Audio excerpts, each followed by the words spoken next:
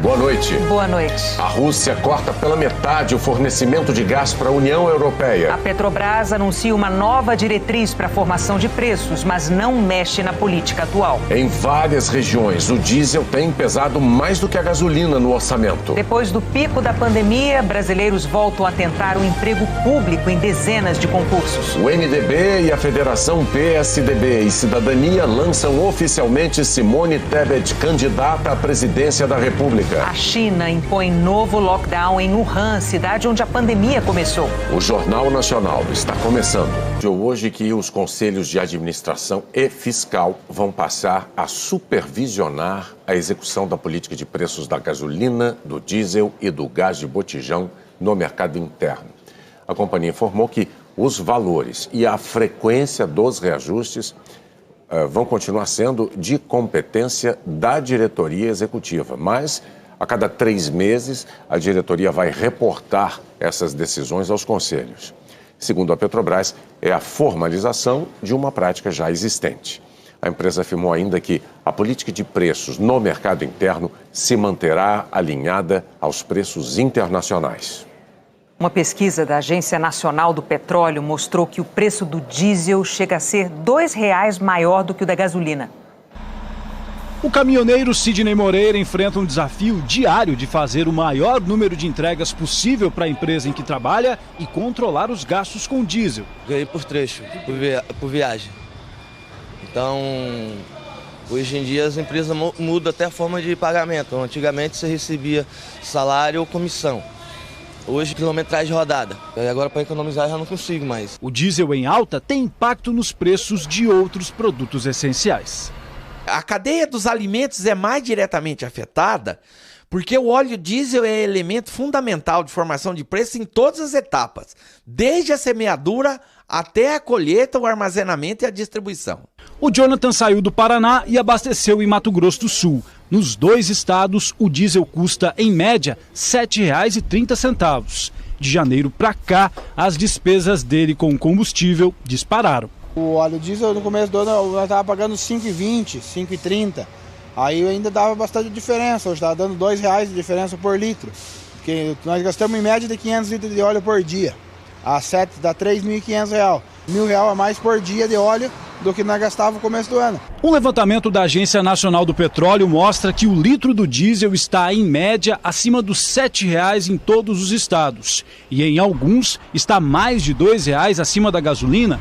No Acre, enquanto o diesel custa R$ 8,53, a gasolina comum tem um valor médio de R$ 6,14 nas bombas, diferença de R$ 2,39. No Amapá, o diesel é R$ 2,17 mais caro do que a gasolina. Em São Paulo, a diferença entre os combustíveis é de R$ 1,60 na média. Uma das explicações para a diferença de preços entre os dois combustíveis é que o diesel está com impostos federais zerados desde março. E vários estados já praticavam alíquotas menores do que o teto de 17% e 18% do ICMS que está incidindo na gasolina. Em Mato Grosso do Sul, por exemplo, a alíquota já era e segue em 12%. Só que isso já não é suficiente. O cenário externo continua como uma das principais pressões sobre o preço do diesel. Nós ficamos com esse valor estagnado na parte de imposto, mas em contrapartida com uma dificuldade enorme de importação. Por quê?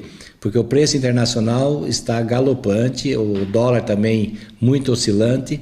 E um fator assim mundial é muita procura e pouca oferta. Devido à guerra da Rússia e a Ucrânia, a Rússia é um dos maiores exportadores de petróleo, restringiu as suas vendas, então isso impactou no preço final e isso está impactando nos preços de bomba. Na guerra da Ucrânia, que é uma das maiores causas da inflação mundial dos combustíveis, a Rússia cortou hoje pela metade o fornecimento de gás para a União Europeia. O gás natural é muito importante aqui na Europa, principalmente para aquecer os lugares no inverno. Costuma ter um equipamento desse em cada cômodo das casas, das lojas, restaurantes, escritórios. É a principal fonte de energia para as famílias e para as indústrias na União Europeia. E a Rússia sabe disso. Hoje o preço do gás subiu 9% depois que o governo russo diminuiu ainda mais o fornecimento para a Alemanha e para outros países da Europa Central. Agora o gasoduto Nord Stream 1 opera a 20% da capacidade só. O argumento russo é problema técnico, a manutenção de uma turbina. A Ucrânia diz que o presidente russo usa o gás como arma. O governo alemão falou em ato político. 40% do gás consumido na União Europeia vem da Rússia. O bloco já anunciou que vai tentar reduzir o consumo em 15% até o fim do próximo inverno. A energia da Ucrânia também pode estar cada vez mais nas mãos da Rússia. Hoje, forças russas afirmaram ter tomado a segunda maior termoelétrica do país. Outro efeito da guerra é a crise alimentar causada pelas toneladas de grãos encalhadas em portos ucranianos. A Turquia, que vem mediando as negociações, abriu hoje um centro para monitorar a circulação dos navios de carga. O governo turco afirmou que os primeiros carregamentos devem finalmente sair dos portos ucranianos em poucos dias. Nos Estados Unidos, na tentativa de segurar a inflação por meio do incentivo à poupança e desincentivo do consumo, o Banco Central americano aumentou em 0,75 ponto percentual a taxa de juros. Com esse quarto aumento do ano, os juros oscilam de 2,25% a 2,5% ao ano. No Brasil, no mercado de trabalho, existe um tipo de emprego que está nos sonhos de milhares e milhares de pessoas. E elas fazem um esforço enorme para conquistar uma vaga. O Otto criou uma rotina de estudos para chegar competitivo ao dia da prova. A maratona inclui mentoria online e horas diante do computador. A prova difícil é uma coisa boa, porque quem se prepara quer uma prova difícil. Porque aí vai separar quem realmente estudou de quem não estudou. O serviço público está no horizonte de milhares de brasileiros que querem aproveitar a onda de concursos no país. São pelo menos 112 com inscrições abertas, segundo o levantamento do portal G1. Cerca de 8 mil vagas em disputa para todos os níveis de escolaridade.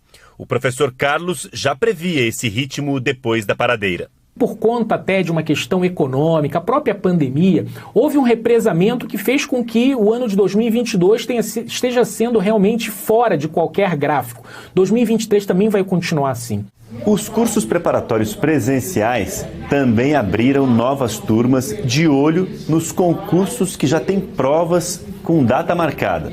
Esse curso aqui tem aulas todos os dias, das 7 às 10 da noite. É a rotina. O professor lá na frente e eles acompanhando tudo na apostila, com a concorrência sentada bem ao lado. Eu acredito que realmente toda essa dificuldade, desemprego, fez com que aumentasse exponencialmente o número de inscrições e a concorrência, né? Para quem é concurseiro acaba dificultando, porque cada dia aumenta mais. Então, antigamente você tinha 10, 20 mil inscritos no concurso, hoje você tem 50, 100 mil inscritos. A concorrência é grande, né? E a nota que eles têm que obter é uma nota acima de 80. Tem que montar uma grade de estudos, terá que arranjar um tempo para conseguir rever esses conteúdos que são aplicados aqui em sala de aula. Este curso prepara para as provas do Tribunal Regional do Trabalho, que oferece salários de R$ 7.500 a R$ 14.200 por mês. A Josiane está investindo muito. As aulas são a última etapa do dia cheio, de uma jornada que começa bem cedo como professora. Eu tenho essa dupla jornada, né? Tenho que trabalhar fora, tenho que cuidar da casa. Então eu trabalho o dia inteiro, entro às 8 horas, saio às 5 e venho todas as noites para o curso para estudar. E ainda emendo no final de semana um pouco de estudo também. Passar no concurso é só o primeiro objetivo da futura carreira. Olha, eu espero prestar um serviço de qualidade, com eficiência e, acima de tudo, com muita ética, né? Respeitando a sociedade, porque a sociedade ela vem buscar um serviço, né? E o mínimo que a gente pode fazer é prestar um serviço de qualidade. O ministro da Educação, Vitor Godoy, anunciou a saída de Danilo Dupas da presidência do INEP, o instituto responsável pelo Enem. O servidor de carreira, Carlos Eduardo Moreno, vai ser o 6º titular no cargo no governo Bolsonaro. Faltam menos de 4 meses para as provas do Enem. Nas Filipinas, um terremoto de magnitude 7,1 matou 5 pessoas e deixou mais de 60 feridas. O tremor destruiu centenas de construções e causou deslizamentos de terra. As Filipinas ficam numa região conhecida como Círculo de Fogo, onde os terremotos são frequentes. Vamos ver como fica o tempo amanhã em todo o Brasil? Jaqueline, boa noite. Oi, Renata. Boa noite para você, para o Bonner e boa noite para você também. Amanhã o tempo vira no sul do país. Uma frente fria que está se formando na Argentina provoca chuva na região já de manhã. Em Porto Alegre, o risco é de temporal. Em Florianópolis, chove um pouco menos. E em Curitiba, a chuva chega na sexta-feira. As máximas estão previstas para o começo da tarde. Depois, a temperatura só despenca.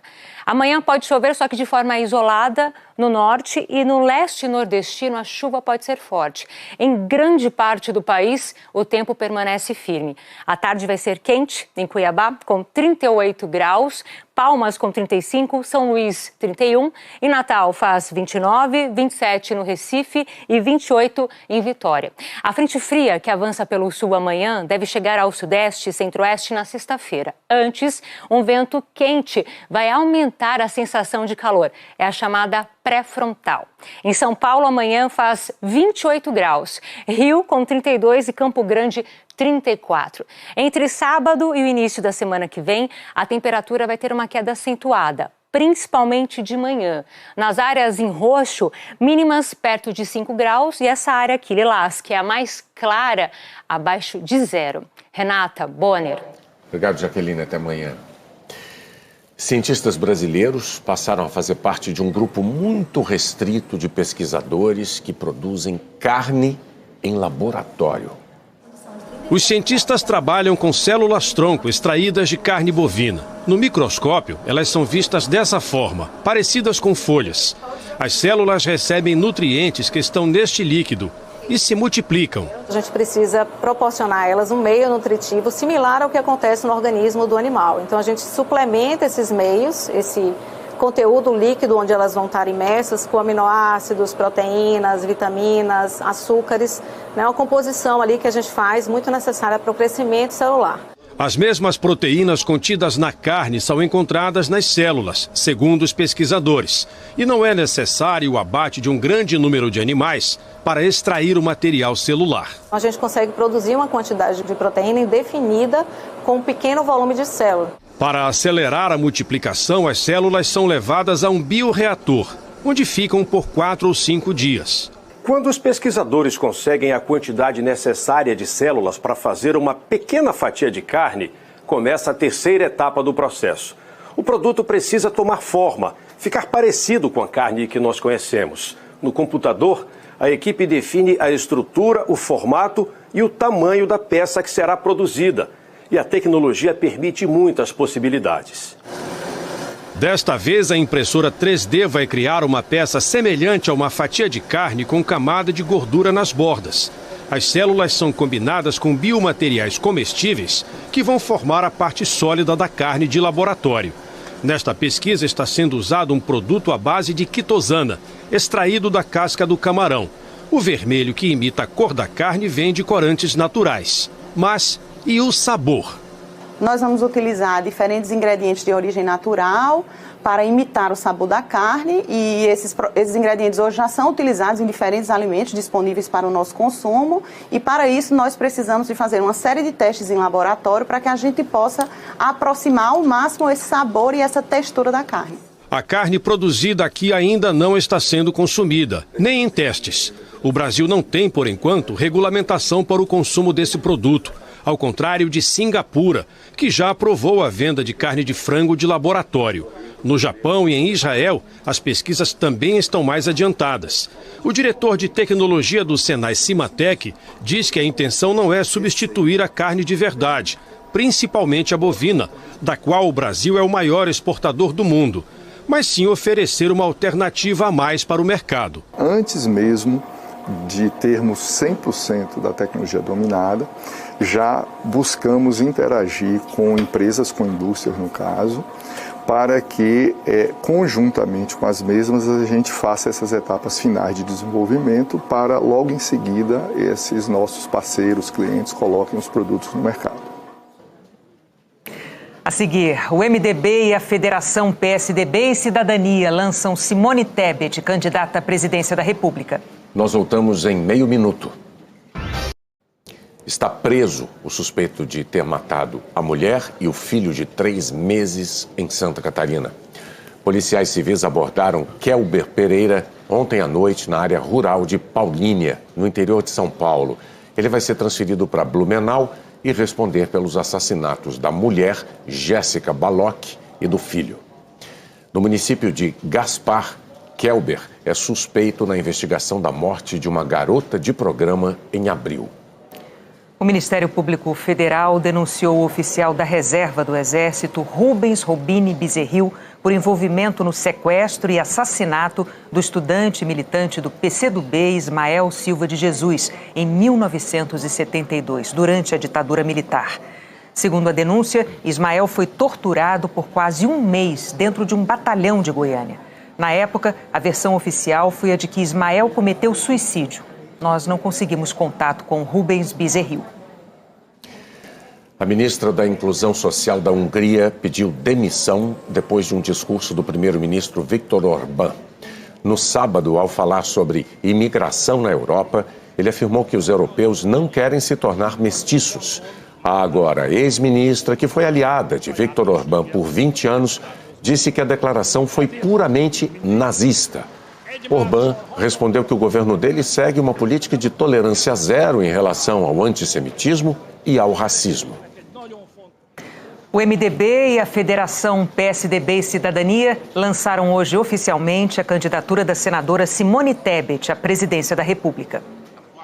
A convenção do MDB começou de manhã de forma virtual. Logo no início, o presidente do partido, o deputado Baleia Rossi, abriu a votação para a oficialização do nome de Simone Tebet. Os presidentes do PSDB, Bruno Araújo, e do Cidadania, Roberto Freire, participaram da abertura da convenção do MDB. Depois, seguiram para a convenção da federação formada pelos dois partidos, que, pela legislação, também precisavam formalizar o apoio à candidatura. A convenção foi na sede do PSDB em Brasília, de forma híbrida. Simone Tebet participou. A aprovação do apoio da federação à candidata foi unânime. O nome do vice para compor a chapa ainda não foi escolhido, mas será indicado pela federação. Simone Tebet tem 52 anos, é formada em Direito pela UFRJ. Foi professora universitária em Mato Grosso do Sul, estado onde fez carreira política, sempre pelo MDB. Seu primeiro mandato eletivo foi em 2003, como deputada estadual. Foi prefeita de Três Lagoas, sua cidade natal, e vice-governadora do estado. Em 2015, assumiu mandato no Senado Federal. Foi a primeira mulher a comandar a Comissão de Constituição e Justiça, a mais importante do Senado. E também a primeira mulher a concorrer à presidência do Senado no ano passado, mas perdeu para Rodrigo Pacheco, do PSD. Teve atuação de destaque na CPI da Covid. O resultado da votação na convenção do MDB saiu por volta das 4 da tarde. Foram 262 votos a favor e 9 contra. O presidente do partido, o deputado Baleia Rossi, ressaltou a importância da democracia e disse que a candidatura de Simone Tebet representa uma alternativa equilibrada para os problemas reais do país. Simone Tebet é uma candidatura de pacificação nacional. O povo brasileiro quer paz nos grupos de WhatsApp. Nós não queremos ver brasileiros contra brasileiros, e sim uma união de brasileiros em favor do Brasil. E é exatamente nesse sentido que nós apresentamos hoje uma candidatura que devolve a esperança para o povo brasileiro. No discurso, Simone Tebet também ressaltou a importância da democracia e destacou que o povo pode escolher seu destino através do voto. Fez uma defesa da maior participação das mulheres na política e no protagonismo do país. Simone Tebet disse que, se eleita, dará prioridade para a educação, que a sustentabilidade fará parte do coração de todas as ações do governo e que o agronegócio pode crescer de forma sustentável. Ela disse que está construindo um programa de governo juntamente com outros partidos, mas que na negociação não abre mão de alguns pontos, como a ética e a política econômica capaz de tirar o Brasil da crise. Ressaltou que será intransigente no combate à desigualdade e à miséria. Nós vamos fazer diferente. Acreditem, é possível. Vamos, porque só nós do campo democrático temos condições de pacificar o Brasil, unir o nosso povo e a nossa gente, garantir a estabilidade, a segurança jurídica tão necessárias para fazer o Brasil voltar a crescer, gerar emprego e renda para a nossa população. A nossa receita, experiência, trabalho, é verdade, mas é mais do que a experiência. Eu tenho como mãe, como mulher e como professora o sentimento da indignação de ver um país tão rico com um povo tão pobre. Por isso, faço aqui o primeiro compromisso. Como presidente da República, a minha principal e absoluta missão será acabar com a fome no Brasil. A seguir, a noite de futebol pela Copa do Brasil. E Joinville recebe de volta um dos seus maiores orgulhos. O Tribunal de Barcelona marcou para outubro o julgamento final de possíveis irregularidades na transferência do jogador Neymar do Santos para o Barcelona em 2013. Segundo o jornal El País da Espanha, o jogador, os pais e os ex-presidentes dos clubes irão ao tribunal um mês antes do início da Copa do Mundo. Eles são acusados de fraude e de corrupção. As defesas do jogador e dos dirigentes negam as irregularidades. A seleção brasileira feminina de futebol se classificou para a final da Copa América ao vencer a equipe do Paraguai por 2-0. Ari Borges e Bia Zanerato fizeram os gols da partida. E a seleção com isso ainda garantiu vagas na Copa do Mundo da Austrália no ano que vem e nas Olimpíadas de Paris de 2024. Começam daqui a pouquinho as quartas de final da Copa do Brasil. Vamos lá para o Maracanã. Luiz Roberto, boa noite. Oi, Renata, boa noite, Bonner, boa noite a todos. Pois é, quartas de final da Copa do Brasil, 8 times estarão em campo neste meio de semana, 4 deles ainda buscam este título inédito. Aqui no Maracanã, um confronto que se repete pelo 4º ano consecutivo, Flamengo e Atlético Paranaense. O rubro-negro carioca se reencontrou com as vitórias, foram 8 vitórias nos últimos 9 jogos. Essa recuperação passa pela chegada do técnico Dorival Júnior. Ele fez algumas mudanças, entre elas uma nova dupla de ataque com Gabigol e Pedro. Juntos, eles fizeram 37 gols até aqui na temporada. Do lado do Atlético Paranaense, também a chegada de um técnico experiente, você está vendo ele aí, Luiz Felipe Scolari, o Filipão, que por sinal é 4 vezes campeão dessa competição e completa hoje 100 jogos aqui no Maracanã. Fernandinho, jogador de 2 Copas, é um reforço. E este bonezinho, o Terans, uruguaio, é destaque do time com 9 gols na temporada.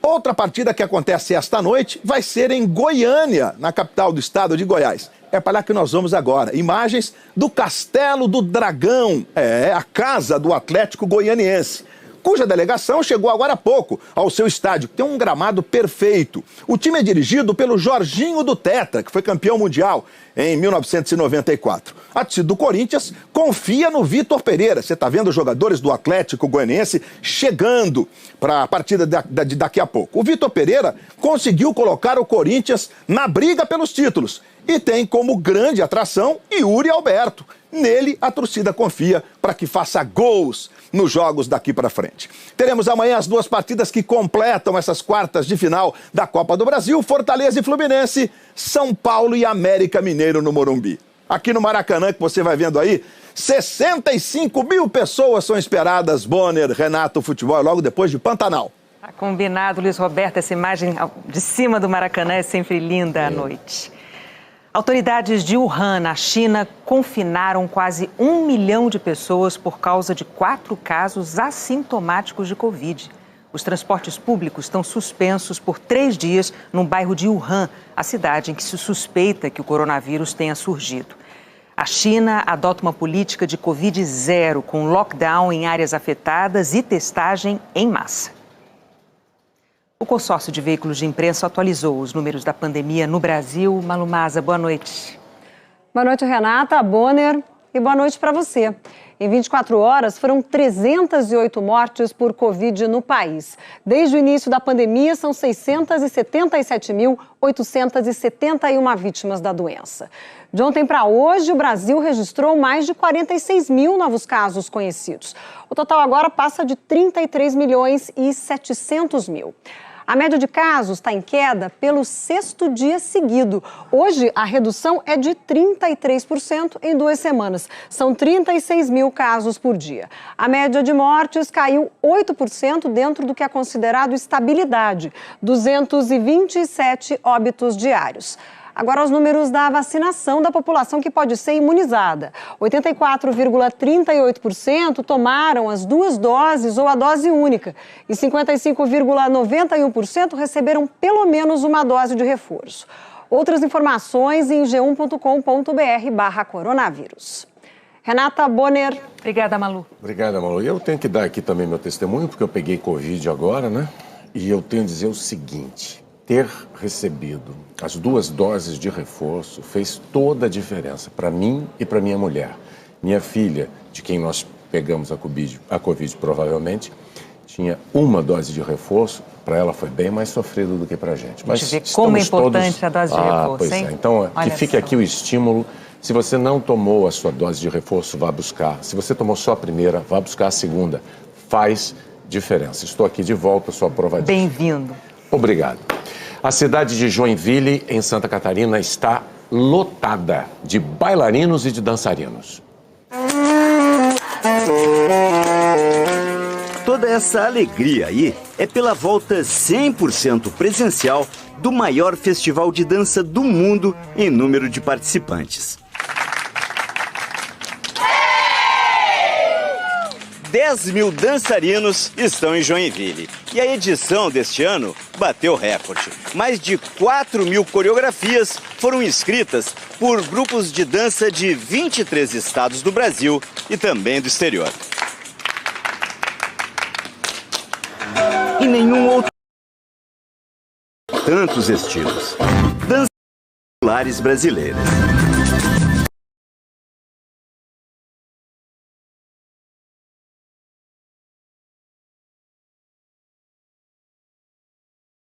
Balé clássico.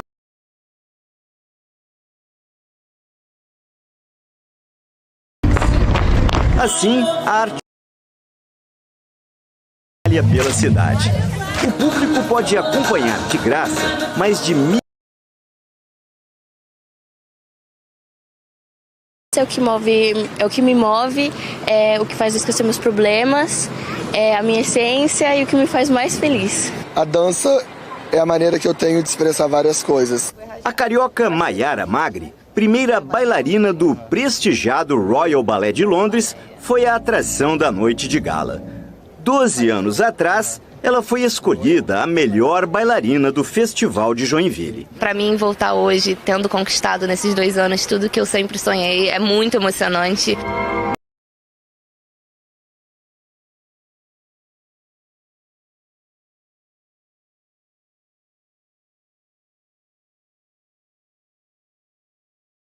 De completar 40 anos, o Festival de Joinville aposta na inclusão.